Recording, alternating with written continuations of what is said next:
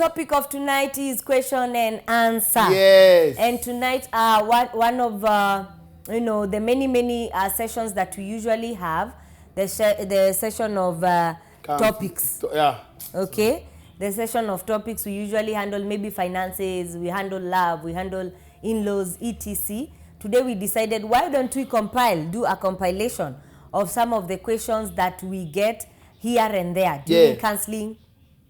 During counseling, during one-on-one, you know. Yeah, inboxes, messages, yes, and all that. A compilation of the questions that we usually get during our interactions with you people. Yes. Praise God. So that is why the man of God is saying that we need to be interactive, because today is us asking the question and also answering, and you also giving us the answer. So we are going to be having one question and two answers. Two answers from us and also you answering also. So it's a time of question and answer on questions that are commonly hit our arena of day-to-day activities as ministers, as pastors, as counselors, etc. So today is question and answer. Question number one. Question number one. Question number one states, how do I handle an attractive spouse, one that's sexually off? Come again. How do I handle an attractive spouse, one that's sexually off? I think what that question actually means is the spouse is unattractive. Sexually? No, unattractive physically, and then sexually she's a turn off. Or he is a turn off. Yeah, what do you think? How should that be handled? Yeah. My thought is, you should not just marry anybody. Yeah. Any person you're marrying should be a person that is very attractive, someone that you feel is connected to you, someone that you like, someone that you feel, this is a person that I really want. Don't just marry anybody. No, don't just marry anybody. So when you've married someone, and I want to believe that for somebody to ask the person is unattractive, the question is it from the beginning, the first time you met? Is the person that was unattractive from the first day? Because for you to get to a point you're getting married, it means at some point the person was attractive, the person was appealing. And so if they are not, then what has died? And if they are sexually turned off, I would like to know more. Are they dressing with wearing mabati when they're coming to bed? Or what really makes them sexually turn off?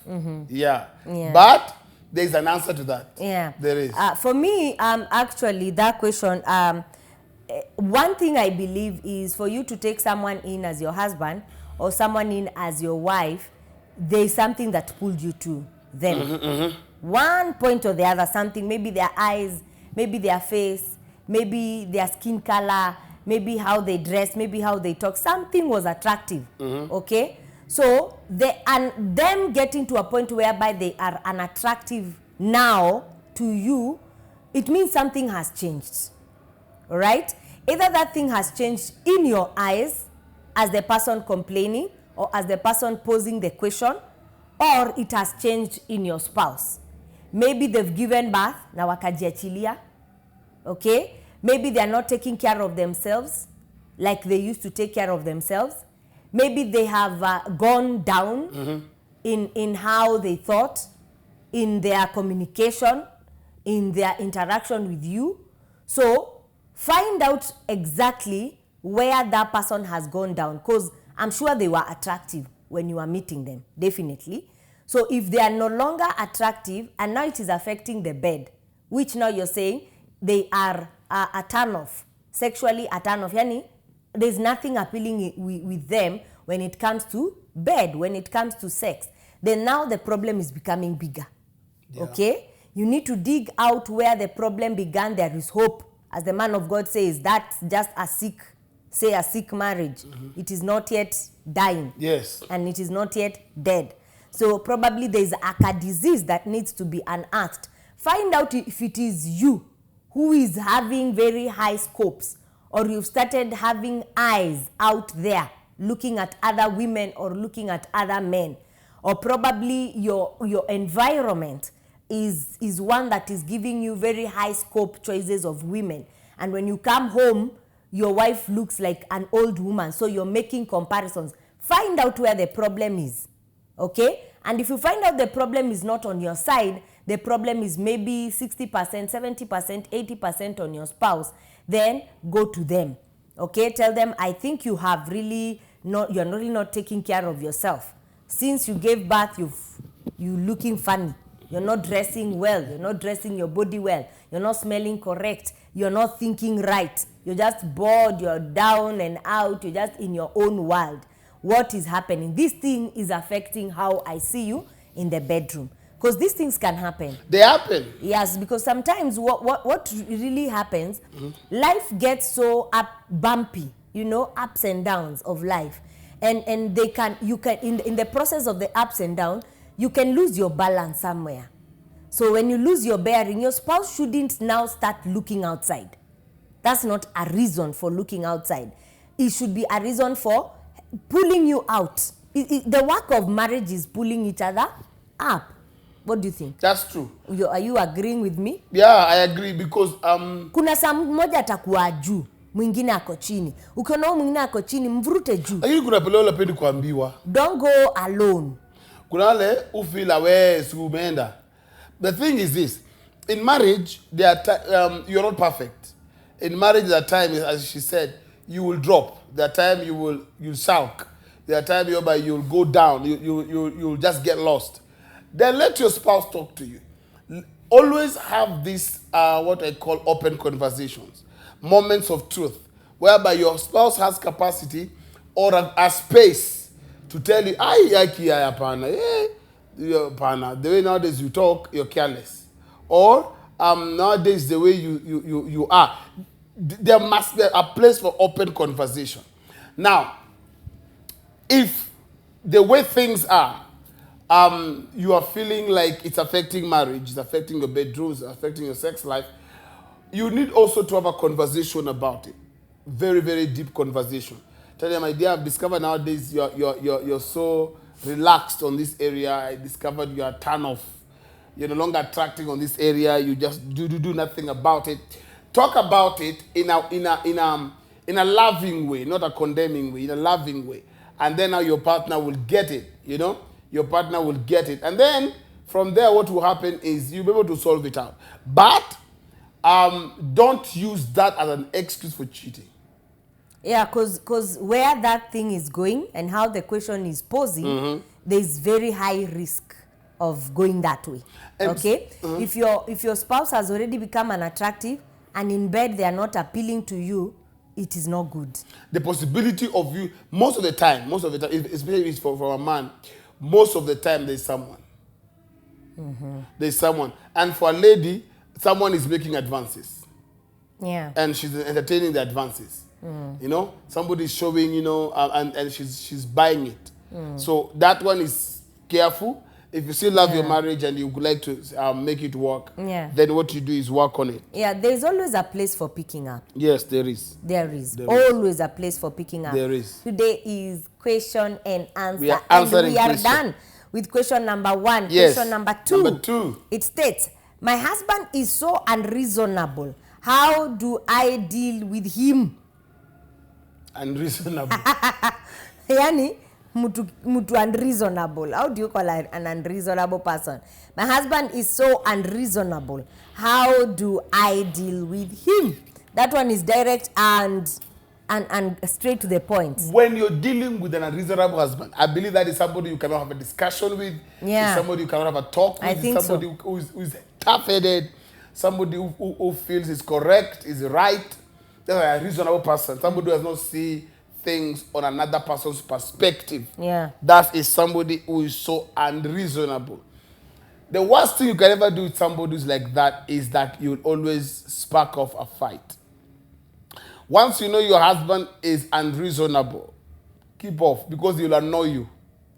He will annoy you. There's a charm on when somebody expects you to answer wrongly and you answer correctly. When somebody expects to you pick a fight and you don't. When somebody expects they wakudhi and then you don't respond. That is to show you you have already won the battle. When you have unreasoning husband, even wives, there are those who are, that's unreasonable. Those kind of people, you don't waste your breath or waste your effort. They think they are right. There's a place they will fall. There's a place their eyes will clear. There's a place they will reach, and that's their unreasonableness ends. So, and you'll find they will track back their steps. But if you want your husband or your wife who is unreasonable to see things on your perspective, there are ways. One, give them their space. Just look at them. And kwani uoni kama nasema kitu, just tell them, because you are very reasonable. Number two, tell them who they are. Just tell them where to discuss with this is an issue. What do you think? Yeah, for me, I think it is very tough to have someone whom you can't reason with, because we are not talking about a child whom you can spank. We're not talking about a child whom you can punish or do something against them. This is a mature person that you should be sitting down in their little level of understanding, or in their much level of understanding, you come to a consensus. Consensus, yes. So it can be very extremely draining when you have an unreasonable husband. It's hurting. Someone whom should be your leader. Now kabisa unaona ujinga yake. Unaona?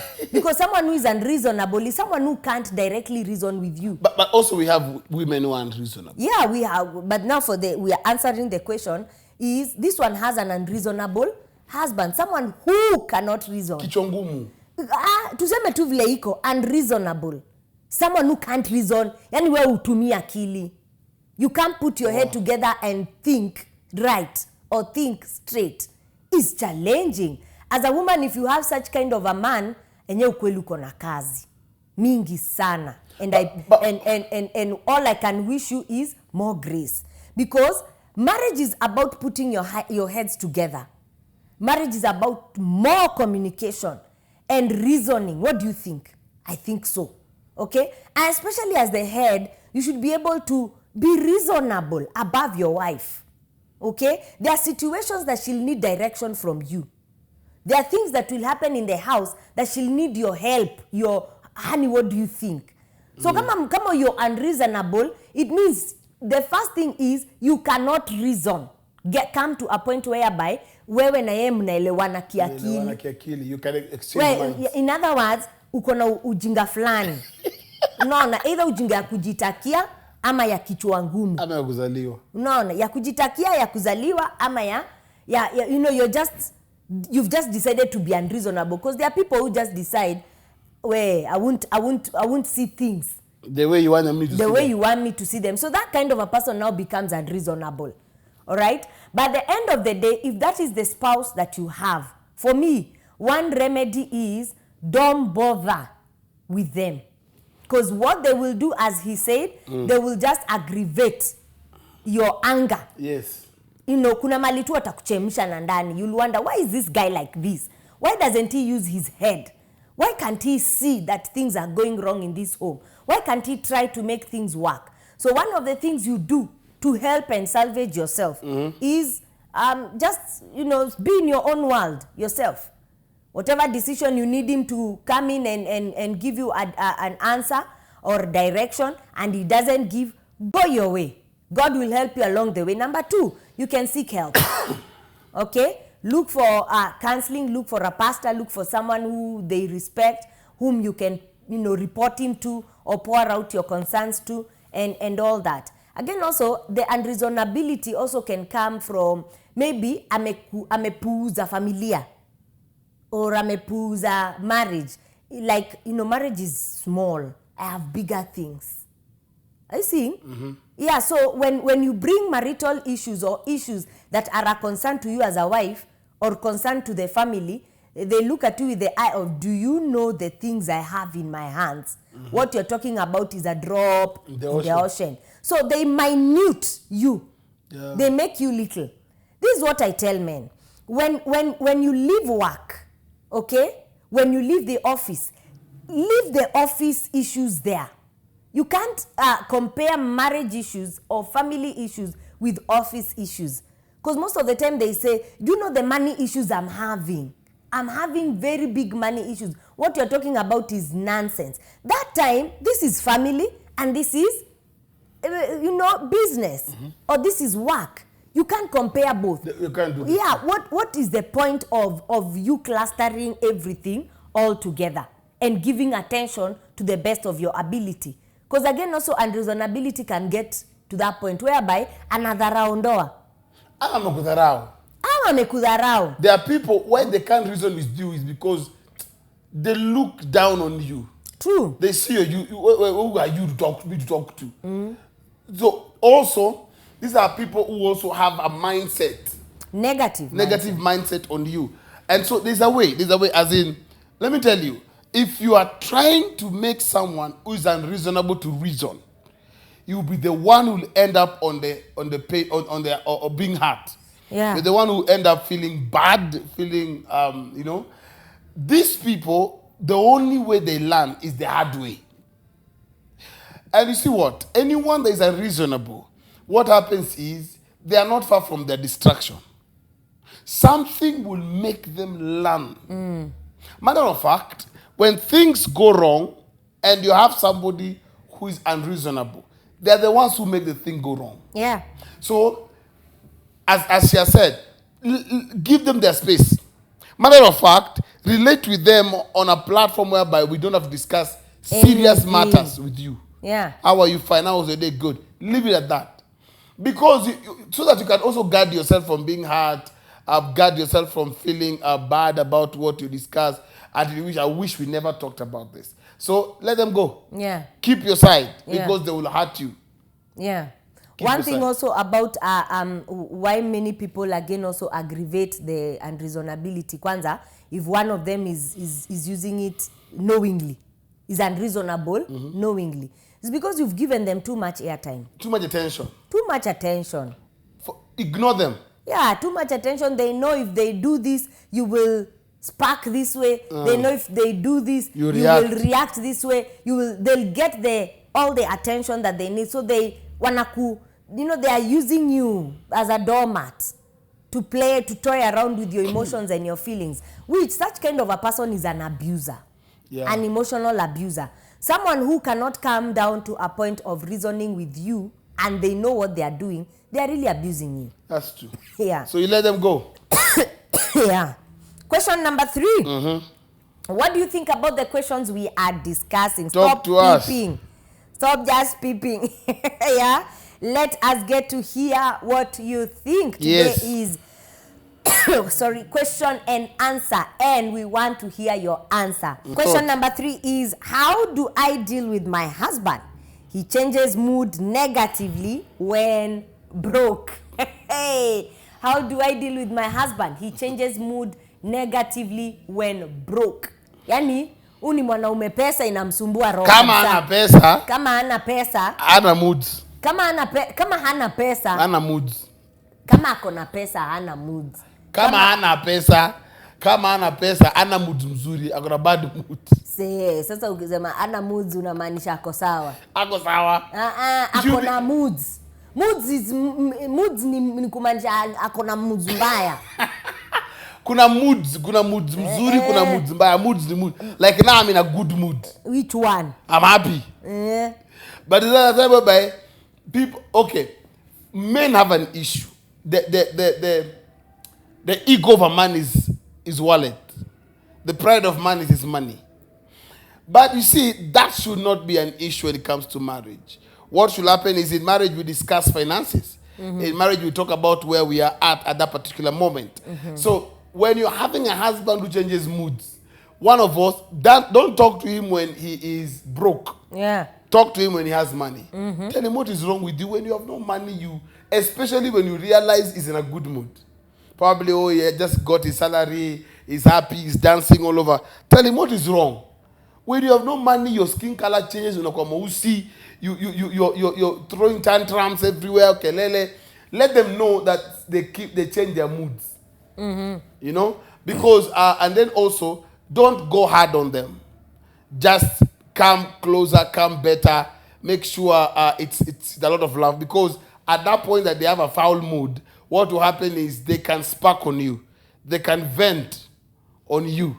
So what you do is, one, you can wait until the time is in a good mood for you to respond, or when he's in that mood, give him his space.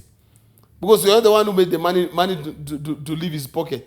Yeah. Yeah. One of the things, sincerely speaking today, I want anyone that operates with highs and lows when it comes to moods is this world would be very tough if everyone entertained their moods. Negative moods. Yani hatuwezi ishi. If everyone was to come out bursting on everyone, because today I'm not feeling happy, today I'm feeling moody, today I don't feel like talking, see, this place would burn. It will catch fire. Just the feelings themselves, they'll just spark, and it will be like a bombshell in the whole world. So what I usually, another question I usually ask people who are moody is, when you're moody, that time, when you feel like you don't talk, you're rude, maybe you're careless in the way you're answering, maybe you're reckless in the way you're answering, or you're totally shut off, yeah? When you calm down and recollect yourself, do you expect to come and pick it up from where you left it? Matter of fact, it's selfish. You want to pick it up with the person who may be moody on. That is so selfish. Yeah. And that is just being... Because the thing is, do you think they didn't see? Or they didn't feel? Or they did not... How do you think they handled you when you were like that? And now that you're back to your normal moods, you want to come jumping like a calf, on them and expecting, we are going to pick it up from where we left it. No. And let me say this. So this is what I usually say, sir, that learn to balance life. Something else is... If you learn to give life the best of it, it will always give you the sad side of it. And it is very queer for a man to be moody. Fine, you might be having your... Just tell her, for now, I'm feeling somehow. Just give me some time. Don't come to the house. You're not eating, you're not talking, you're banging a door, you're answering with a lot of arrogance and pride. You're sitting there on your phone, you're not talking because today you just feel... What is that? That is not being a leader. A leader gives orders. A leader gives direction. A leader shows the way. You cannot be a man in your house and you're moody. Fine, something can catch up with you. Your wife comes and you feel you don't want noise. You don't want kelele. Tell her, Mama, please, there's something that's bothering my head. Give me some time. Or come slowly to Leah. Let them know even if they're going to, but don't say, manisumbuapa. What is wrong with you? You're a man. I find it very ironic for a man to behave like that. Okay, fine. You behave like that to your wife and to your kids. Then to the same woman, probably you have talked to her badly. Probably you have answered her badly. You still want to go and touch her in the bedroom and make love to her. That's being so creepy. Right? Yeah. That's being creepy. It is unheard of. Wanaume mna wateni tabia. Yeah. Even if as he said that your wallet is your ego, what I usually say, and this one again also, this one is a question that was directed to a man. Okay, it is a question from a woman saying that the husband is usually very moody when he doesn't have money. Okay, but this one is what I usually, women naturally, biologically, are moody. Yeah, go with the way the system is flowing. I know we are people of the clock. Yeah, this is what I tell women. Whether you are pregnant or not, or going through the cycle of the month or whatever, your moods can be controlled. It can. You allowing your moods to control you is spiritual. Ni akiro sasa hivi. Kwa sababu ingine, some are bad that they are breaking homes. What? Yes. Your husband can't just manage you when you're going through that cycle. When you're pregnant, you're all over. Your emotions are east, west, you're shouting, you're crying, you're doing everything. Are you mad? It's pregnancy madness. Yeah, those things can be managed. So is men. Men even kwanza wananga hizo vitu zenye si tunapitia. So for you as a man, your pocket, okay, we understand that your wallet, as you said, is your ego. We are not the problem. Or women are not the problem as to why you're broke. Matter of fact, if you bring moodiness, Bible says what? Lack of joy drieth. Lack of what? Lack of. It said things dry up. Joel 1:12.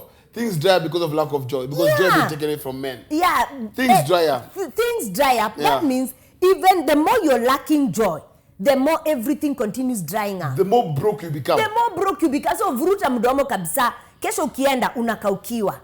Now let me say this.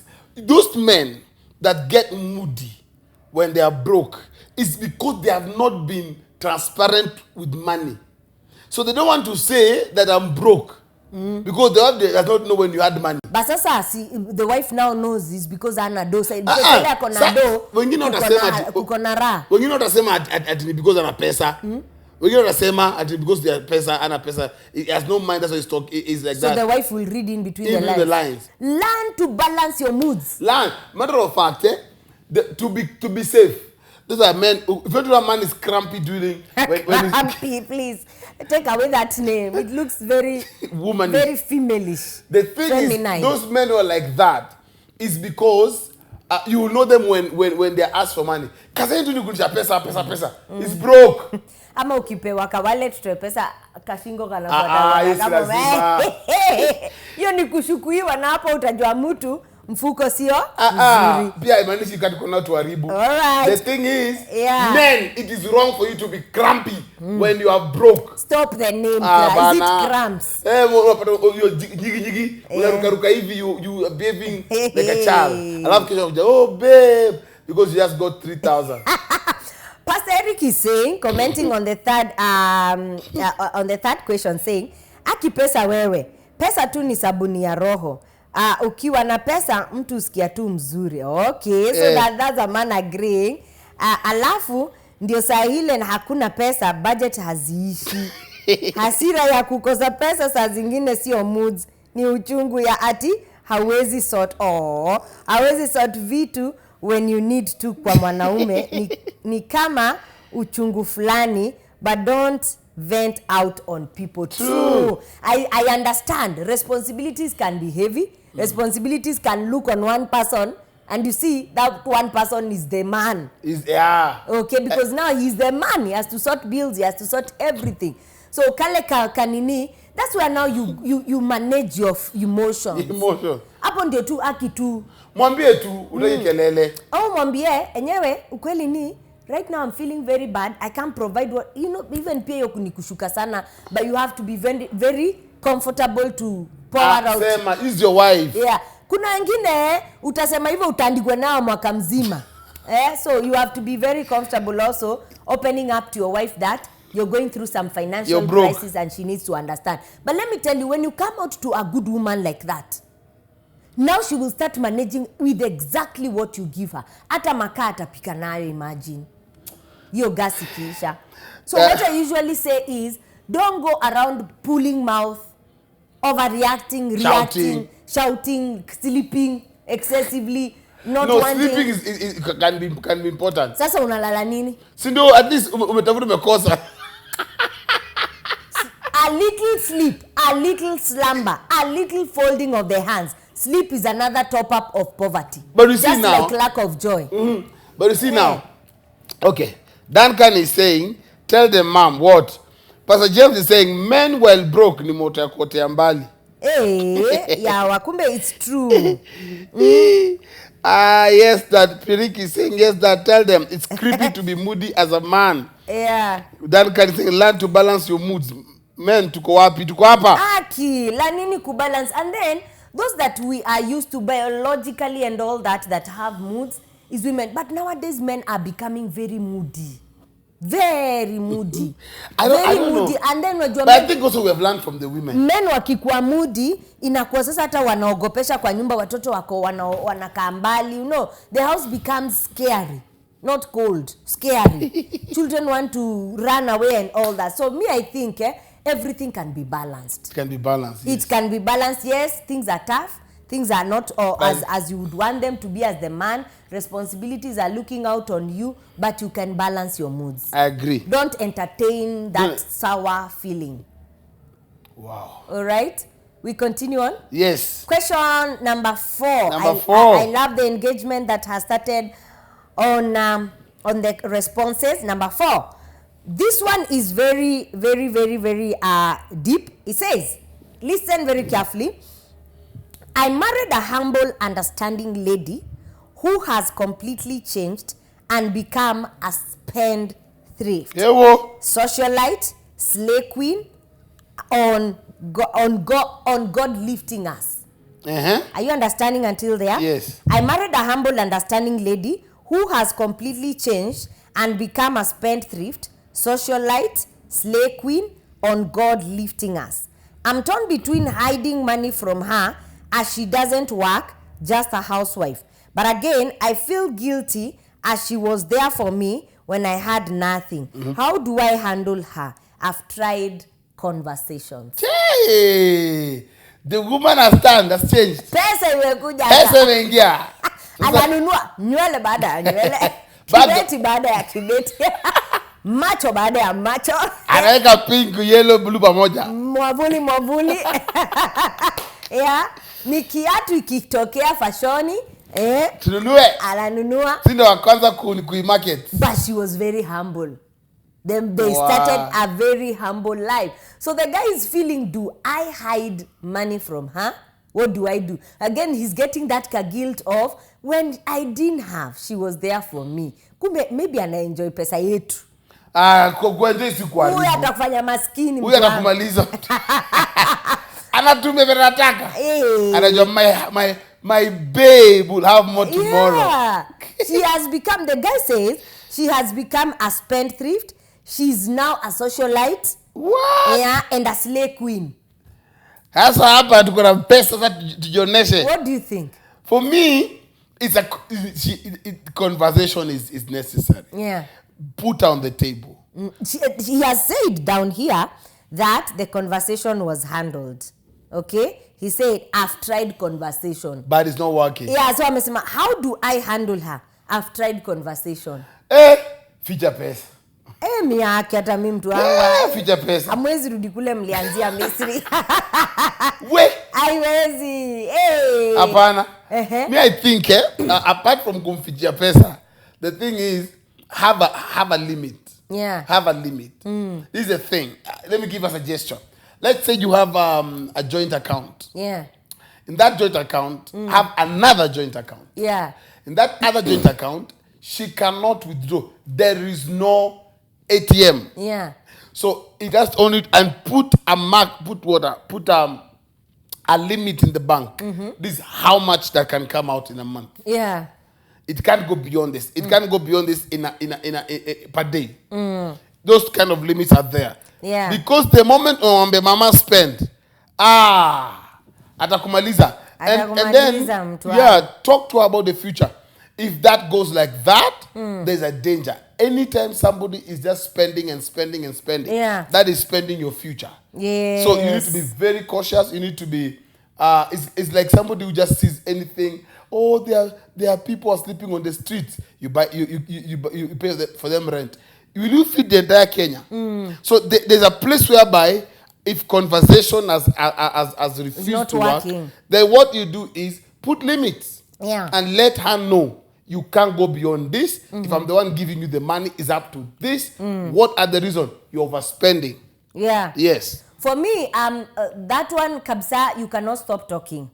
You've tried conversing, converse again and again. Remind her where you people have come from. If she was there when you were starting, remind her how you people lacked, how you people suffered, how you people were, sacrificed to be where you are. She was part of it. So aliona.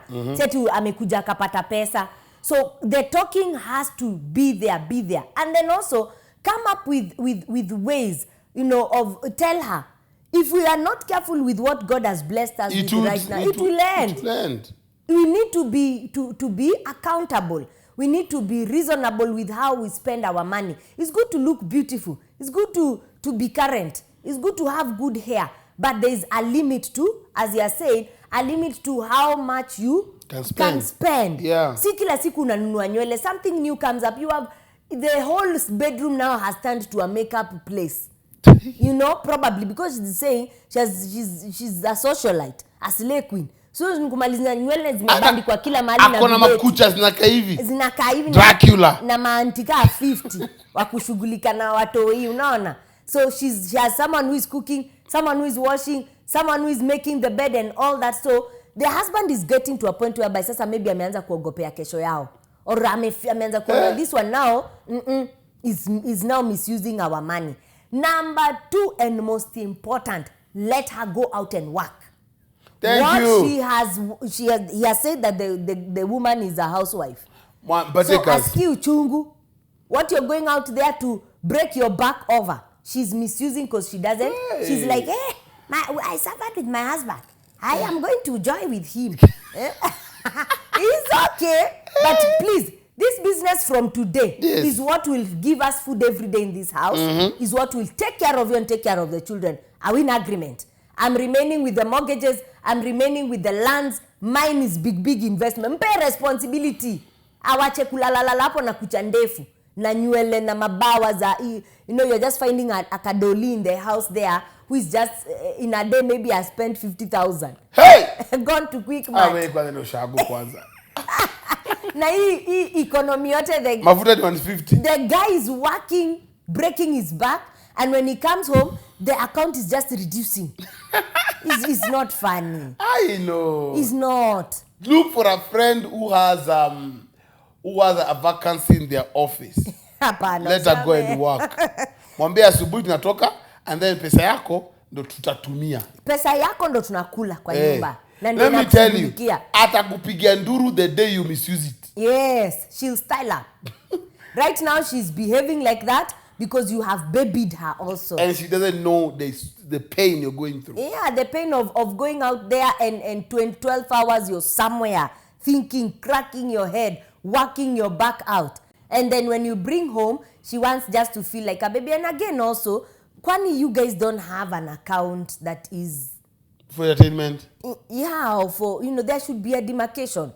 Yeah. There must be a budget. Yeah. You must work on budget. Huyu anafaa kupimiwa kama dawa. Mpimie mpaka unga. Ukipita hapa na tukuli siku 3. Kama watu wale pande nyingine. Can say jina mtu yote. Mpimie mpaka unga. Yeah. So I see let me see, someone has sent a message here. He's saying Anthony Bwana is saying sacrifices made together always makes a difference. And hata kama moods come, bado bond iko strong na Yesu anatawala. Love this topic. I think he's responding on the number 3. Yes. Number 3. Yes, thank you, Anthony. Pastor James is saying, slay queen, let the man be a leader. Hey, slay queen. Let the man be a leader. He is the head. When season of dryness come, atajua pesa otas. Lizzie W. Pirik is saying, to also comment on that, he can start projects like buying land or something and involve her as he makes the payments. Very, very, very wise. Eric Opi is saying, I agree with you, Papa. Limits. Rudia hiyo issue mpaka aone sense in it. For some ladies, they usually don't know where to stop when spending is triggered. So unless you become the speed governor, utakwisha. Shida uwa kwanza kama sio pesa yake na anajua atatumia, hata akitumia leo, kesho itakuwa. Mfunze kuchapa kazi ndio awache mchezo na pesa. That's awesome. Mfungulie nini? Yeah, and this is a lady who at some point alikula shida. So labda alivao kasema the day you money I will get you. You will regret why you came in my hands. And you know something about women, Women are very competitive and they always want to be ahead. Yeah. So probably when you were going through that lack moment, she was seeing her friends doing this, buying new hair, these clothes in the market. So probably let her lopeleka to shop them. Kasema skuli bwanangu atapata pesa. Ndanunua kununua. So what needs to happen at that point is very simple. You just make sure that there's a limit. That you're seeing 10,000, it is not to be spent all of it. Yeah. Madam. Is extended eye. Unajua kuna zile zimekuja human. It's so extended. Unavaa for 1 year. Au haziwezi zinatokanga na maji. Hakuna na zikitoka weke na glue. You know make us poor here. Because of that is not adding a coin. No. True, you women kabisa there. If you're listening and is your husband who send that message, please, you need to handle your husband's hard-earned money very reasonably. Yes. With a lot of wisdom. When that man puts a coin in your hand, you need to double it. Make it a seed. Let it come back 100-fold. Let him feel he can trust you with his wealth of tomorrow. So if you're misusing like that, anza kukufichia pesa, and it will not be nice. Because at the end of the day, you began together. Yeah, you began together. True. And it's not good if he starts hiding. Yeah. And that is the guilt he's feeling. He's feeling, ama nianze nifungue ka account mahali kando na mwambie hivi. But now he's feeling the guilt of this lady was there for me when I had nothing. No. So number 5, thank you for your responses. I want you to respond to number 5. It says, my spouse has a foul odor. From her private part. My spouse has a foul odor from her. So that means he's a man. He's a man who has written from her private part. Help in capital letters. One is saying, see a doctor. Maybe she has an STI or an STD. Lizzie W. Pirik says, I think it's medical. Patrick Kimandi is laughing. Lizzie is saying, Papa, wacha maneno. And Alpha is saying, what? My family. Pastor Alex says, it has been discovered that when you have such a situation, take a lot of water. All right. I think they should take notes. Sally is now becoming somehow. She's saying, she should see a doctor. Charlene is saying, when a woman is having a foul smell, she should seek help. Go see a gynecologist, since women are prone to many infections than men. Infections. The man should talk to someone who is close to her to help him talk to her. On vaginal cleanliness, and if it's spiritual, she needs deliverance from it. Fire. Thank you, Charlene. And then Edith is saying, hiyo inaweza kuwa ni demonic. Aki, I know of a friend alikuwa hadi anaoga na dauni. Amekuwa nguo. Anaoga na dauni. But by the end of it, alipata ilikuwa ni demonic smell, and she got delivered. Josephine Angaluki is saying, deliverance needed and God will change her scent. But pia kuna wale ni uchafu. Yeah. Okay. For me, I think it is 3-way. One, for that smell to be foul. I think the thing is not normal. For the foul odor, he's saying, is not normal. One, I think it could be medical. I think that woman has a very big gynecological issue that can be handled. Hakuna kitu gynecological that cannot be handled. Go and see a gyna, get help. Get help. That is one. Number 2, there are demonic smells. Demons are very foolish. They want to frustrate your husband and push your marriage into the gutters. So now they'll bring an evil odor on you. Okay, me personally, I've had a case he handled, and the woman, got delivered. The woman was just smelling, showering even at times 4 times, 3 times. That's how she used to shower, and still could smell. She came to him and he prayed, and the woman was delivered. Number 3, pia inaweza kuwa ni uchafu. Maybe that woman does not shower well. Yes. Yeah, inaweza kuwa ni uchafu, so we cannot overlook that. Wash your honeycomb well. When you're showering, that thing needs to be clean. Lawrence Naga is saying it's a medical condition caused by unusual growth of bacteria. Let her try antibacterial soap and deodorant, but she'll ultimately have to see a doctor. Skin pH also matters. And that's related to food and genetics. It's a complicated problem. So what do you think? My take is that I still agree it could be medical. See a doctor. Number 2, change what you eat. Sometimes also these foods we eat. So it could be medical, also it could be demonic. Yeah. especially is foul, that is an agent against your marriage. Yes. Also, it was to bring shame on you. So you need kabisaki. deliverance. You need deliverance. Number six, the question goes, please, I need to hear your responses. He says, my husband is a pastor. Yeah. I found out that he's having an affair with a lady in church. On confronting the issue, I have been chased from church and there is no peace at home. Do I go to church forcefully? Why should you? Do it again. I repeat the question, saying, my husband is a pastor. I found out that he's having an affair with a lady in church. On confronting the issue, I have been chased from church and there is no peace at home. Do I go to church forcefully? Wow. I think that is a woman now who wants to bring Vita. Yeah. That's very tricky. Why have you calmed down now? Because it is a pastor issue. Now you're feeling the man of God or feeling the woman of God. I'm feeling both of them. Eh. The man of God could be under temptation and satanic attack. The thing is, for me, this is the thing. No matter what happens, and most of the time, you'll find pastors' wives, even members, misbehave on this kind of thing.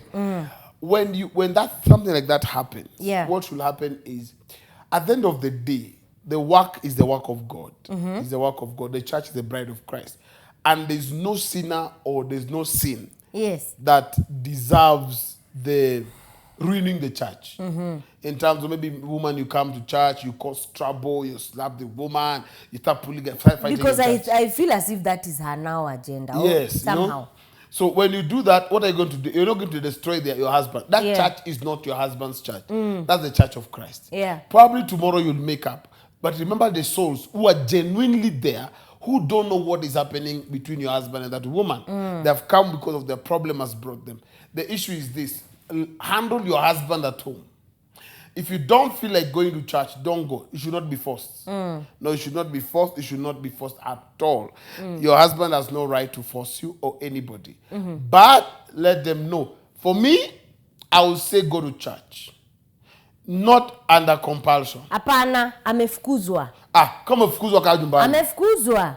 See, that's why anauliza, does she forcefully go to church? Amefukuzwa. Ameambo kuje church. But the question, kwani umefukuzwa? Skia, question, let me read the questions that you understand now. She's saying, my husband is a pastor. I found out that he's having an affair with a lady in church. Okay? She found out. Yeah. Got it until there? And then, and on confronting the issue, I have been chased from church and there is no peace at home. Do I go to church forcefully? Amefukuzwa kwa sababu aliuliza. Alihandle vibaya. Hapana, si lazima. The man of God now is now defensive. But you see, if she confronted it, how did you confront? You can confront a thing and ask what is happening between you and sister so and so. Yes. Yeah, that is polite confronting. But that's what I'm saying. But again, also there can be the negative confrontation. Yes. But now the thing is, why should the man of God, the husband, tell her now kumfukuza church? Because already he's guilty. Yes. And by the time the woman is going to church, by the time and the husband is on the side of the other woman. So that means defense. So he's trying to cover for himself. Yeah. He's trying to cover his shame. Probably he fears the wife might do something, maybe expose it, bring war in church. My take is this: you don't have to force yourself. Yeah. This is a matter between you and your husband. It doesn't have to go to church. Yeah. Matter of fact, even if you go to church, the question is this: with the situation now, is your husband really blessing yes this preaching? Yeah. So definitely no. You're bitter, you're angry. What you can see is that woman and other woman he could be or might be sleeping with. So the thing is this: for me, you need to take a break. Yeah. And then sort it out with your husband at home. And there's no issue. I will repeat this to every woman. There's no issue that is worth a fight. Nothing. Even if you catch him on the bed with a woman, there's nothing that is worth a fight. This is the thing. You will start a fight, it will become violent, it will hit you, probably will hurt you. So it's not worth it. This thing, I believe strongly, you can talk amicably as grown-ups, and then as you talk amicably, then come up with the solution. Yeah. But the thing is this: If they don't want you in church, don't go. Don't go. Because even you would be blessed. Yeah. Yeah. For me, this is so sad and unfortunate that a pastor can really go that low, okay, on having an affair with a spiritual daughter. Daddy usually says, he says that is spiritual incest, okay? You sleeping with your own father in the Lord, you are off. You sleeping with your daughter in the Lord, you are out of this. When did you stop looking at her as a daughter who has come for help, spiritual help, and started seeing her as a woman? That just tells your eye is very perverted. Number one, on the man of God. That's true. Number two, on the second issue of your wife confronting the issue, whether nicely or not, for me, I think she needed an explanation. You needed to have explained and said, O, B, O, C, yeah, I fell. you know, this tempted. thing, you know.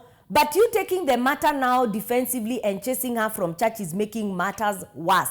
Because people will notice that mommy is not in church. Pastor so-and-so is not in church. Why? So how will you explain that? Even him, as a man of God, is careless on the flock. If at all this is the second right-hand person in that church, and you can easily tell them, usikuje church, kaa nyumbani. Okay? That means even him at some point, he's reckless with that work. Definitely he's reckless. Yeah, he's reckless with that work. Number one sign of recklessness is sleeping with a member.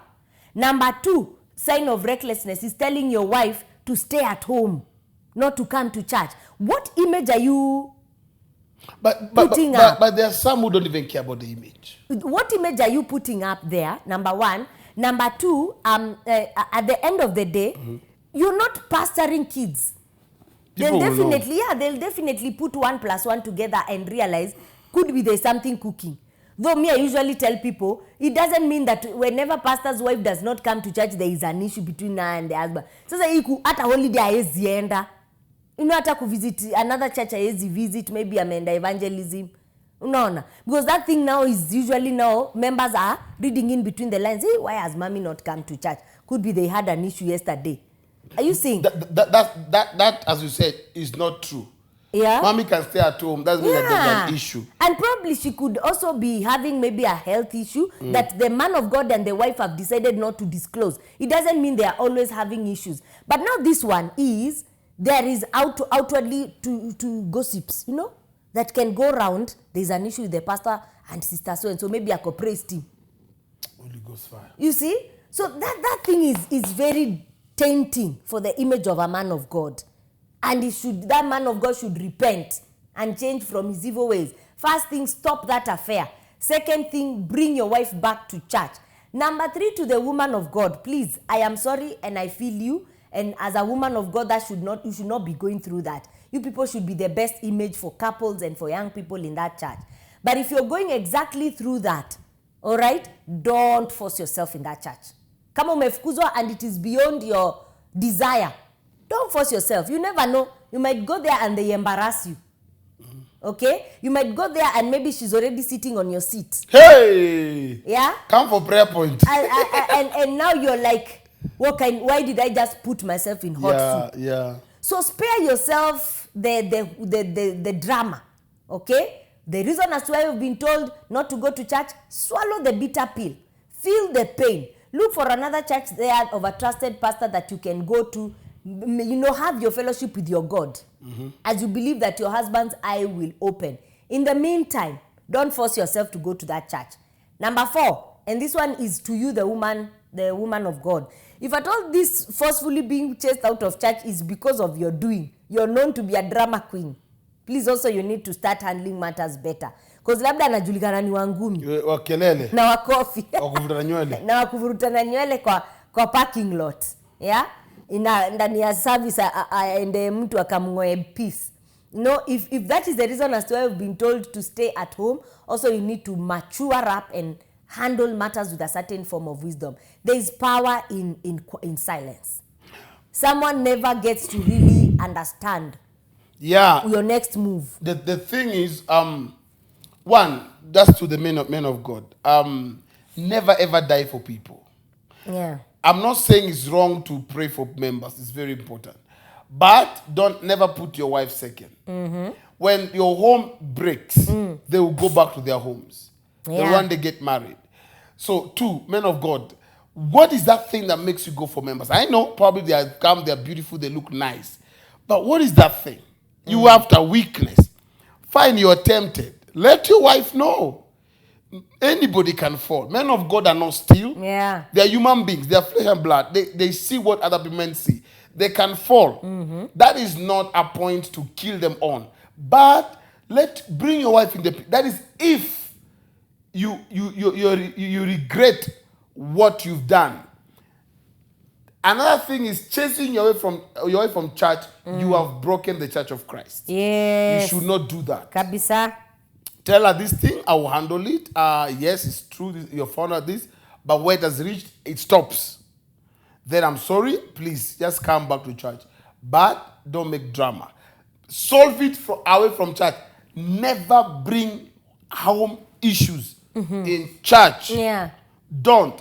Men, if your wife has an issue from home, tell her, let me go to church, let me go preach. I will come back, we'll handle this matter. Yeah. And don't use it as a scapegoat. Handle it because she has feelings. Handle it. Yeah. Tell her this issue you're discussing right now. Okay, let's talk about it later. Then go to church, bless the people, come back home, sort the matter. 2, what is this thing that now has made you come to a point you're having an affair?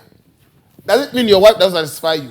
What is the problem? What, could your wife be the problem? Yeah. And definitely, if you ask a man like that, they'll definitely, They'll tell you the wife is the problem. Then look for counseling. This is the truth to the men of God. There's no man who cannot be tempted. Yeah. No man. So, and even Bible says if you think you're too strong to stand, be careful lest you fall. So anybody can fall. But you fighting your wife, I've had those cases whereby a pastor chased the wife from the house and brought it. I know of a church in Athriva. Let me not mention the name of the church. It's a well-known big church. The man used to have brought in a guest minister, and then from here Kasarani, and then after a while he had an affair with that guest minister. She was a female lady. Until one day in the service, the wife was being told, don't come to church. Your husband, even the husband told her, don't go to church. Don't come. I no longer need you as the first lady here. She said, I will come. I was there when this was starting. One day she came to church, and the husband came to church a bit late, and came with that lady. So it was Mama's seat, his seat, then the lady was sitting on the left. And the man stood on the altar and said, I want to thank God from our first mother, and now I brought you the second mother of this church. Wicked man. What an embarrassment. So you don't need to take the embarrassment. Let it go. Yeah. Yeah. I see comments here from Beatrice Betty saying, this is the thing men hate, to be caught. Sasa he's not happy, alipatikana. Anything done in the dark shall always come to light. The lady should just stay away from church. Itabomoka peke yake. God does not like such, and he will deal with the cheaters. Okay. Eric Opi is saying, probably we should also know how she confronted the issue. Probably she went to church and brought commotion. In the heat of the moment, na mtu akapigwa kofi kanisani. Also, it might be that the man of God, he's a man of God. Man of God is guilty, and so he is guilty, and so to conceal evidence, put her far from matters church. Very wicked. That's true. Yeah. But Beatrice Betty is saying, hapana pasi, men don't like to be caught. They become very confrontational. Lizzie W. Pirik is saying, I feel both of them did not handle the issue well. They should have sat down and settled amicably. They should also be aware of schemes of the devil. This one is saying, is money matters now. This one is saying, lately I noticed we are hiding money from each other. Tunafichana pesa. Hawa nao ni pesa. Lately I noticed we are hiding money from each other. It's causing financial strain in the house. How do I handle this matter? Lately, I noticed we are hiding money from each other. It's causing financial strain in the house. How do I handle this matter? Now, probably I think what she's saying, it's causing financial strain. Huyu anangoja huyu atoe pesa. Huyu atoi. Yukia ngoja. Wewe nangoja. Wewe kwani uoni watoto hawana uniform? Hata wewe si pia mimi sina pesa. You know? The issue now is becoming kutupiana maneno. Guy, marriages have issues. What do you think they should do? Well, others foul smell, others is money, others is being chased from church. What is all this? Yeah, so you find, I would like to know what you think. Yeah.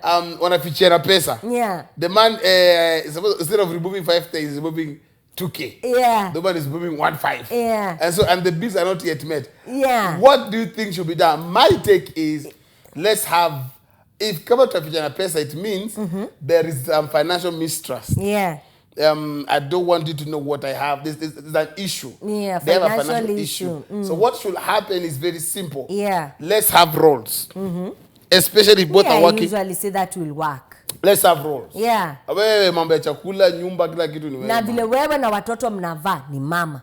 Me, I'll handle the major. Wani kama hiyo mama ampoa kidogo. Aja unajua at the end of the Chakula day. nguo za watoto. Kwani nguo atanunua kila siku. No, nguo anunui kila siku, ananunua monthly. In other words, watoto wasiparare. Hiyo ni responsibility yako. Na wewe pia jiweke usiparare.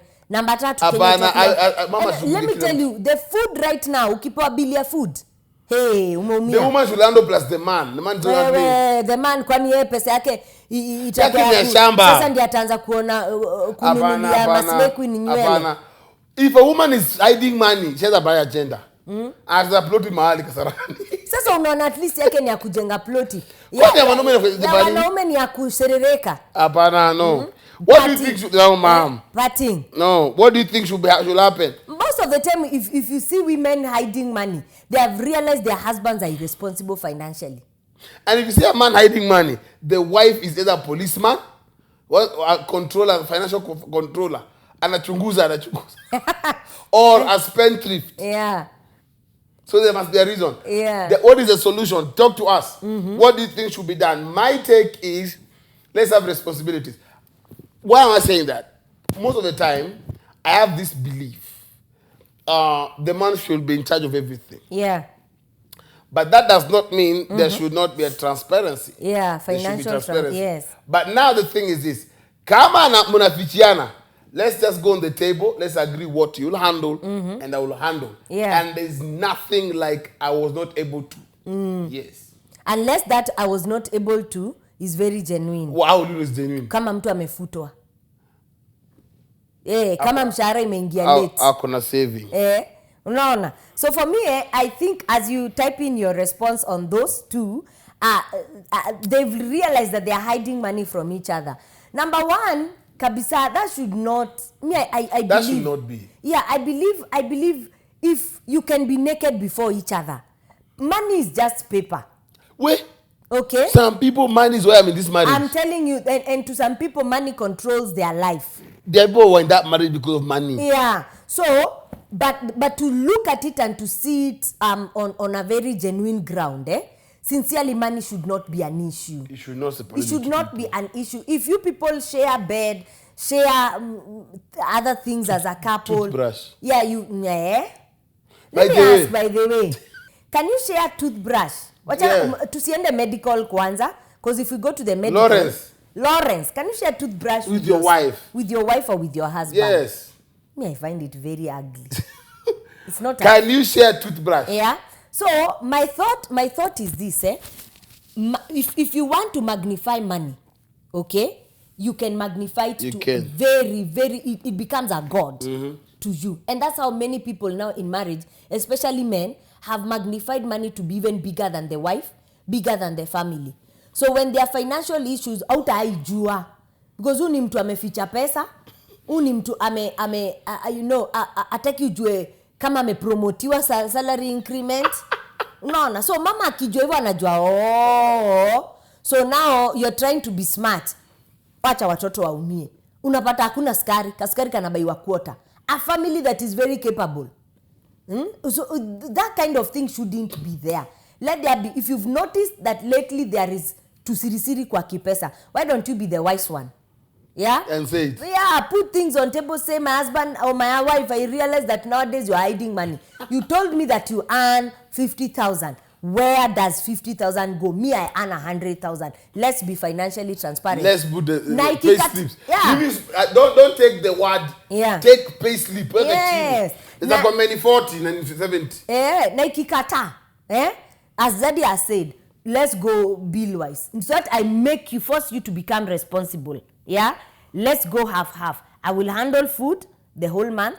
I will handle kids and I will handle myself as the wife. Wewe una handle nini? Shamba. Wewe una handle nini? Ile uzuri. Yes. Shamba unukila mwezi. No, we are saving up for our tomorrow house. Yes. Our retirement, yours is bigger. You can be and then you pay rent 20, and then you pay 20K. school fees. You Stop. can be saving 20K. Yeah, so what do you think concerning Edith that? is saying, yeah. if you see a man hiding a money, it's because the man is very stingy. Edith is saying, Yeah. if you see a woman hiding her money, it's because the man is very stingy. Aki, si uongo. The man is very queer when it comes to handling the money. Lawrence is saying you should hide your money when you notice that each time you count, you get a different result. Guys.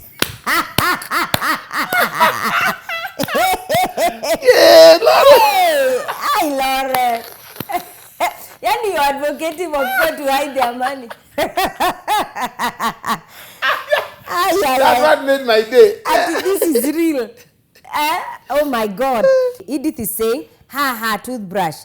Labda toothpaste sour. Okay, so she can't share it. Pastor Eric is saying, hapo kwa toothbrush nayo hapana in capital letters. Naweza tapika the whole juu ya ngo. May I think it's possible. Hey! Okay, Aki way hapo hapana. Liz is saying a big no. I can't share toothbrush. It's too personal. Thank you. Lawrence is saying Dad, sharing a toothbrush is quite hard.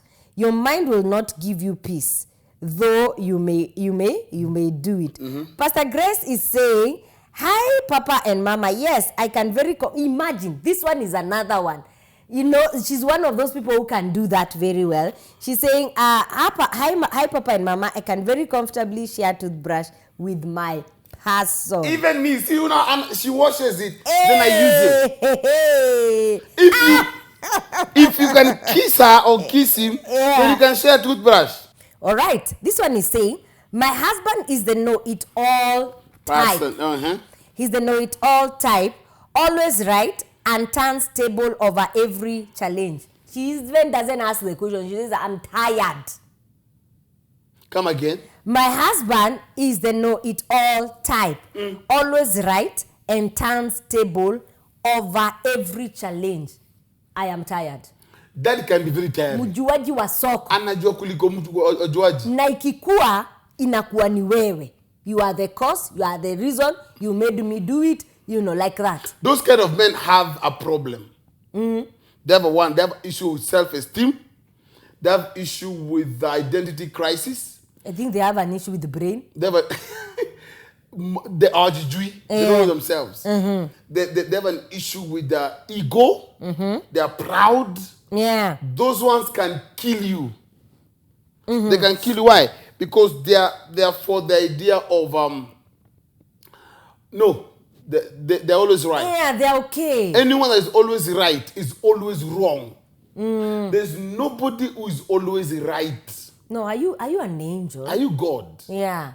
So you cannot be always right. It can't happen. Anyone that is always right, that person is always wrong. So when you have a man like that, you are in trouble.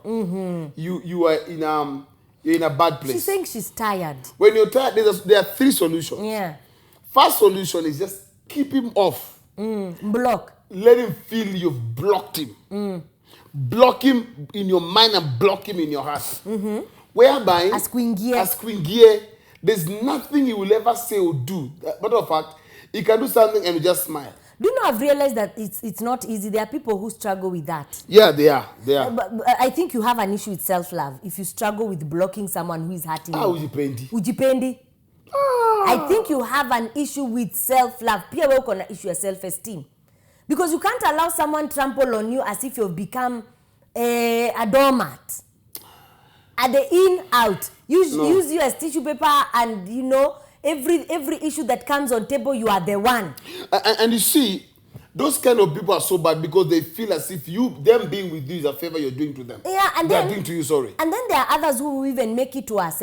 They have this thing of crying. Who? The issue when now things now turn to them. Oh, you don't even feel me crying. Cry a babies. Man is crying. A man, I'm a woman. Now I'm taking it out of the bigger part. Yeah. The thing is this: those kind of men, especially if they are men, get ready. They'll frustrate you. Yeah. They will frustrate you. Ever right. They are ever right.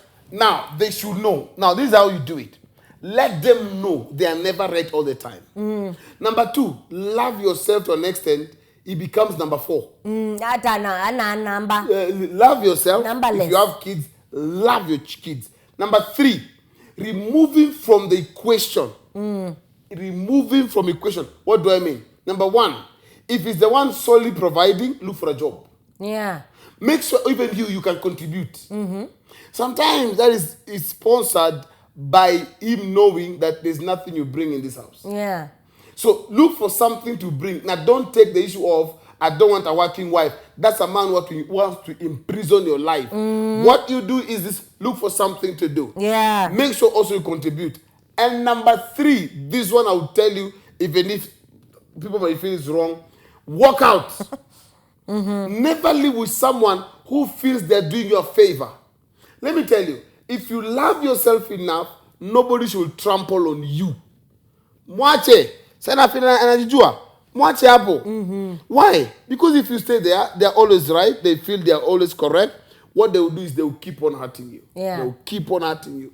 They will do things you can't question them. They will do things that will hurt you, be in pain. You get acidity. You get hypertension. Yeah. And if you die, they will marry somebody else to stress. Yes. Absolutely. I think one of the unfortunate things that can happen to any woman or any man is marrying someone who can never say sorry, someone who can never see they are wrong without turning the issue on you. Turning tables. Yeah, turning tables. And if that is the kind of person you are with, that one is a know-it-all, they are ever right, then I think the best thing to do is realize that like you're in this thing alone. Okay? Because someone who wants to work things out will always want to see where things have fallen short or where things are going wrong. And being in a marriage, there is always a two-sided story. True. Hakuna time itakuwa mtu mmoja ndiye akafanya. Wewe kwani ufanyangi? It takes 2 to tango. It takes 2 to tangle completely. It takes 2 for something to go east or west or like somehow. In marriage, especially if you're the two of you, something, if at all you have been pinpointed to be wrong, sit down and analyze. Why am I being told I'm wrong? Don't turn the tables equal. Now you're the one who made me. Okay? People who have such an issue, one, are people who have a character issue. Because they think they are superior to other normal human beings. So ni mtu akona character issue. I'm good. I'm the best. I'm handsome. You know, I'm to be reached out to. Your own problem is bigger than you. So such kind of a person is the only way you can save yourself from it. You have talked, you have complained, you have, maybe gone to an extra. Block them. Make sure they never get to you. Okay, and I want to tell someone who has an issue with blocking people who are hurting your heart. If you have an issue with that, you yourself has an issue with self-esteem. Because self-esteem, the first thing you do is self-love. Yes. Love yourself above everything and refuse for anyone to make you their doormat. And such kind of a person is a person who now has decided to trample on you without caring about your feelings. Okay? Don't be tired. No? Turn this thing around. Yes. Don't pack your bags yet, but just turn this thing around onto your favor. And if it's not working, let me tell you. Yeah. Marriage is very good, very, very nice. Marriage should be. You see what? Marriage will never work if you're working it alone. Yeah. Marriage takes 2. And so because of that, you need to find your own ground. Yeah. All right. We believe Yeah. you've been blessed. Yes. We thank God for you for following us, being with us, you know, and having this program with us. Every Tuesday we sit on this couch, me and my wife, my friend, my partner in Christ, and my partner in crime, and we discuss this thing called. This thing called marriage. We strongly believe that marriage is good, Marriage works if only if only you work it.